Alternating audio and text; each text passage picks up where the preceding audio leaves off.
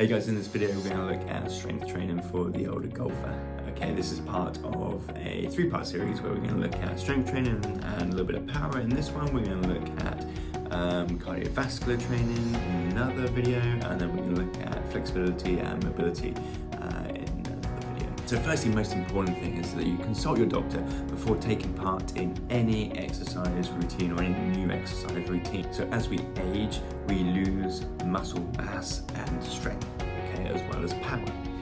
Now, this can be due to a number of things, but often it can be due to not using your muscles and not moving around as much, okay? So kind of use it or lose it applies here. So it's really important that we do keep using these muscles and training as we get older, okay? Not only for general life and health, but also for golf performance too.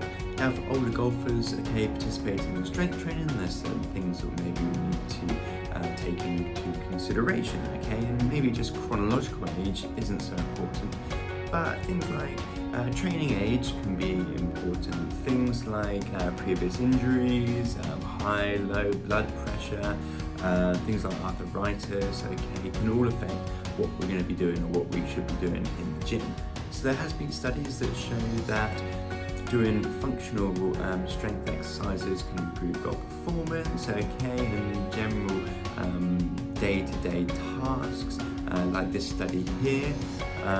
However, more traditional type strength training has shown to improve golf performance, such as club speed, better, like this study here, and also carry over to improvements in day-to-day life.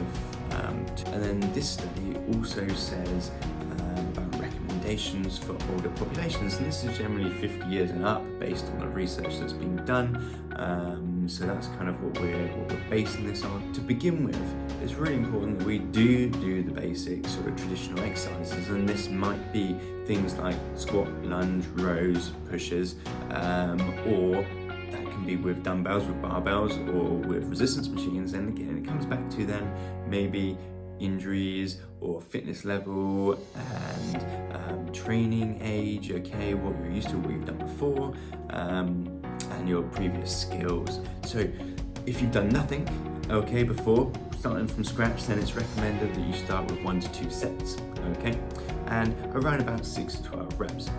Now you can go higher reps, but now we start to become more sort of endurance type exercise compared to strength training. That being said, we don't have to lift to failure, and it's recommended that you don't lift to failure. In fact, for older populations, we don't need to come near to failure at all, okay? Maybe think about an RPE, so RPE, rate of perceived exertion level, of sort of 4 to 7, okay? So this kind of maybe equates to sort of 50 to 70% of your 1 rep max. So you're gonna have maybe 3 to 6 reps in the tank at the end of each set, and particularly to begin with, that's what I'd probably recommend.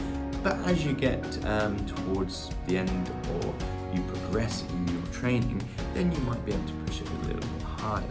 So now, strength training is important to reduce the effects of aging, where you lose muscle and strength, but also for cognitive function too. Strength training can help improve cognitive function, and it's important then to have variety in your exercise and strength training program. So you might have a few basic exercises that you try and progressively overload through your program, but then you have some that add variety, okay, and challenge you, maybe trying to learn a new skill like a squat or a lunge or a different pressing movement.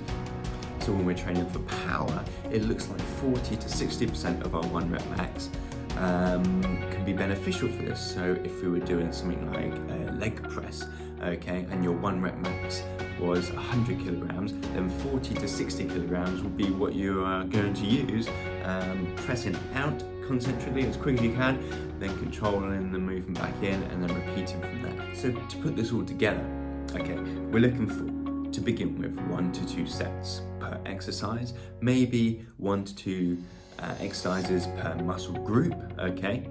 And then we're looking at roughly 6 to 12 reps per exercise, okay, at about 4 to 7 on the RPE scale, so leaving 3 to 5, 3 to 6 reps in the tank, okay, at the end of each set.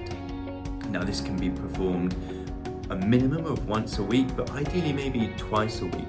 Now obviously combined with other sorts of training, maybe cardiovascular training as well, and mobility, but that's for another video.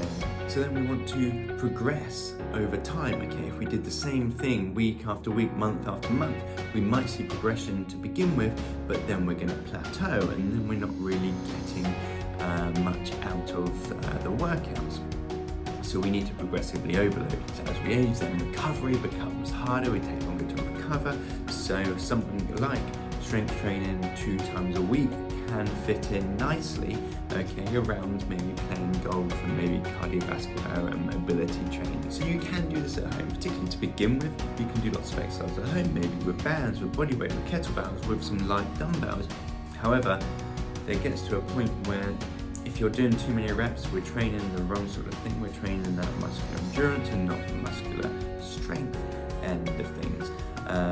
So we really need to be, if we're training at home, we need enough load to create that strength stimulus, okay?